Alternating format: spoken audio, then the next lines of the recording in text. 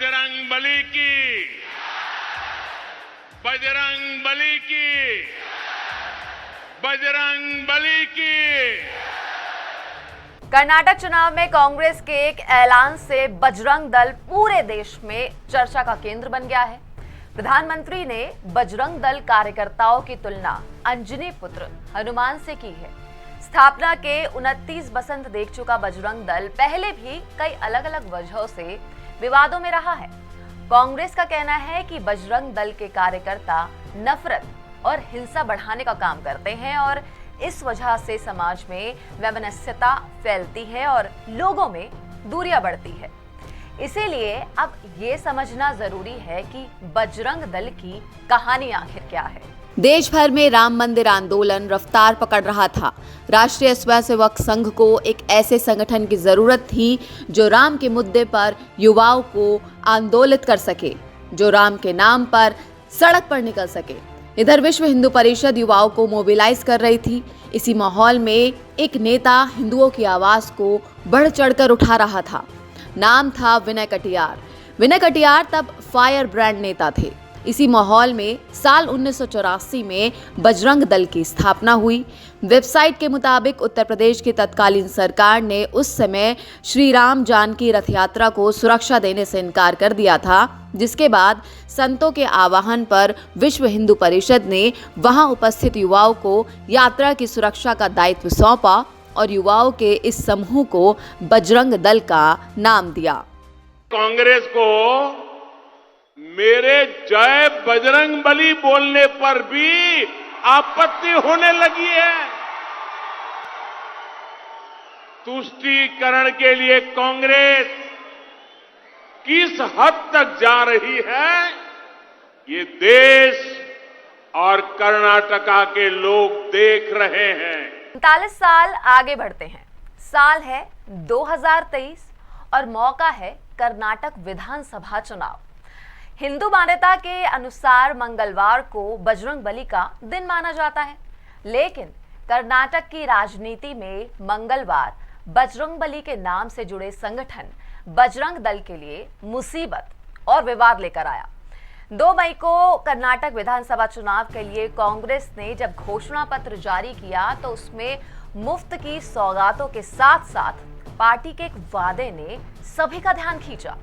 कांग्रेस ने अपने घोषणा पत्र में कहा है कि अगर पार्टी सत्ता में आई तो समाज में नफरत फैलाने वाले बजरंग दल और पीएफआई जैसे संगठनों को बैन किया जाएगा। इसीलिए अब ये समझना जरूरी हो जाता है कि बजरंग दल से कांग्रेस को आखिर आपत्ति क्या है। भारत में बजरंग दल की स्थापना साल 1984 में हुई थी।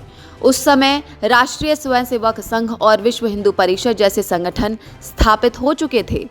ऐसे में सवाल उठता है कि बजरंग दल बनाने की जरूरत क्यों पड़ी।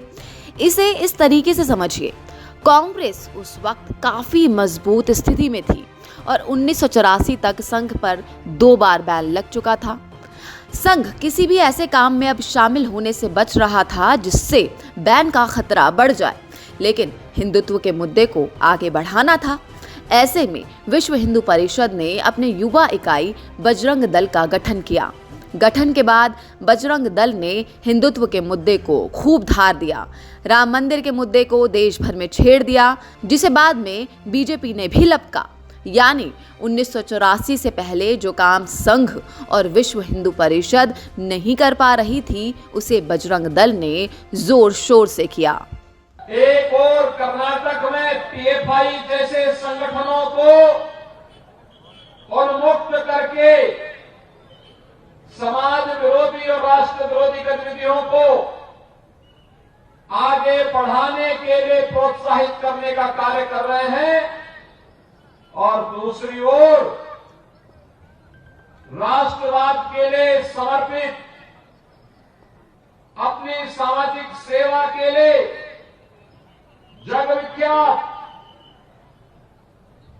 श्री हनुमान के अनन्य सेवक के रूप में बजरंग दल को बैन करने की बात करते हैं।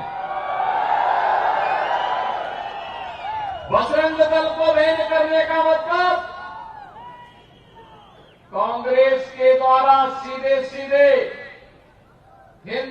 आस्था के साथ खिलवाड़ करने का प्रयास हो रहा है और कोई भी हिंदू समाज का नागरिक इसे बर्दाश्त नहीं कर सकता, इसे स्वीकार नहीं कर सकता है। बजरंग दल प्रखर हिंदूवादी संगठन है।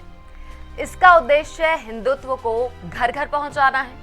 मुख्य रूप से कहें तो बजरंग दल गौ, गीता, गंगा और गायत्री की रक्षा के लिए काम करता है।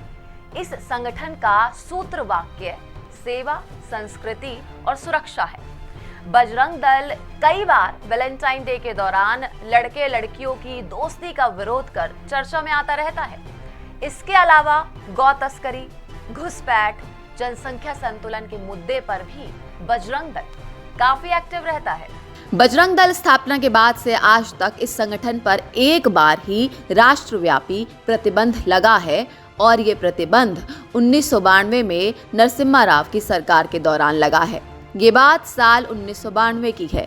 अयोध्या में बाबरी मस्जिद तोड़ने के बाद बजरंग दल पर इसमें शामिल होने का आरोप लगा था, लेकिन इसके एक साल बाद जब बजरंग दल पर एक भी आरोप साबित नहीं हुआ तो ये प्रतिबंध 1993 में हटा लिया गया था। इस तरीके से कांग्रेस ने कहा कि हम पीएफआई और बजरंग दल पर बैन लगाएंगे, सरकार आएगी, हमारी सांप्रदायिक एजेंडा चलाने वालों के खिलाफ कार्रवाई करेंगे। तो प्रधानमंत्री मोदी ने कहा है कि मंगलवार का दिन है, हम बजरंग बली को नमन करने आए हैं और कांग्रेस जय बजरंग बली बोलने वालों को ताले में बंद करना शर्म आनी चाहिए। अगर प्रधानमंत्री ने ऐसा कहा है तो पूरी तरह से मैं बोल सकता हूं, दावे के साथ कह सकता हूं कि शर्म आनी चाहिए प्रधानमंत्री। विश्व हिंदू परिषद का आंतरिक संगठन होने की वजह से बजरंग दल के पास कामकाज और संगठन संरचना का अपना कोई लिखित संविधान नहीं है। बजरंग दल में मौखिक तौर पर नियुक्तियां होती हैं। बजरंग दल छोटे छोटे मुद्दे जैसे कि ईसाइयों के बढ़ते असर, धार्मिक स्थलों का नवीनीकरण, इन सभी मुद्दों पर काम करती है। बजरंग दल गौरक्षा के लिए जमीन पर काम करने का दावा करती है।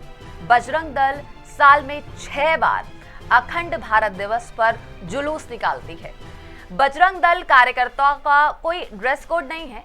हालांकि उसके कार्यकर्ता बजरंग दल लिखे पट्टी का उपयोग कंधे और सिर पर अमूमन करते हैं। 2002 में गुजरात दंगे में बजरंग दल का नाम भी सामने आया। बजरंग दल के बाबू बजरंगी और नरोदा पाटिया और नरोदा गांव मामले में मुख्य आरोपी उनको बनाया गया।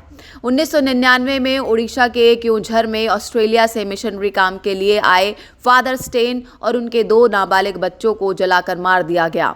इस हत्याकांड में भी बजरंग दल का नाम आया।